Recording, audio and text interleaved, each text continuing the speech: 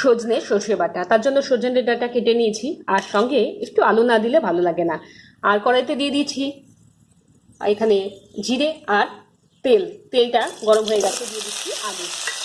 আলুটাকে একটু হালকা ভাজা ভাজা করে দেবো। আপনারা অবশ্যই জানেন, আপনারা দেখছেন ভিলেজ কিচেন উইথ মৌমিতা। যারা আমার চ্যানেলে নতুন তারা চ্যানেলটা সাবস্ক্রাইব করে নিন এই সুন্দর সুন্দর ভিডিওগুলো দেখার জন্য। এই দেখুন এখানে আবার আঁচও কমে এসছে, তো আঁচটাকে একটু পুড়িয়ে দিই। গ্যাসে এইটাই ঝামেলা হয় না, এইখানে এইটাই ঝামেলা হয়। আলুটাকে একটু ভেজে নিচ্ছি, নুন হলুদ দিয়ে নিয়েছি। এবার এইটাকে একটু ভাজা ভাজা হওয়ার সঙ্গে সঙ্গে আমি ডাঁটাটাও দিয়ে দিচ্ছি, কারণ ডাঁটাটাও সেদ্ধ হতে সময় লাগে। আর এদিকে দেখুন আমি সর্ষে আর নারকেল ভালো করে একটা কাঁচা লঙ্কা দিয়ে পিষে রেখেছি। অবশ্যই সর্ষে তেতো হয়ে যাবে না, এর সঙ্গে একটা কাঁচা লঙ্কা আর একটুখানি দিয়ে দেবেন। এবার দিয়ে দিচ্ছি কাঁচা লঙ্কা, সর্ষে আর নারকেল বাটা।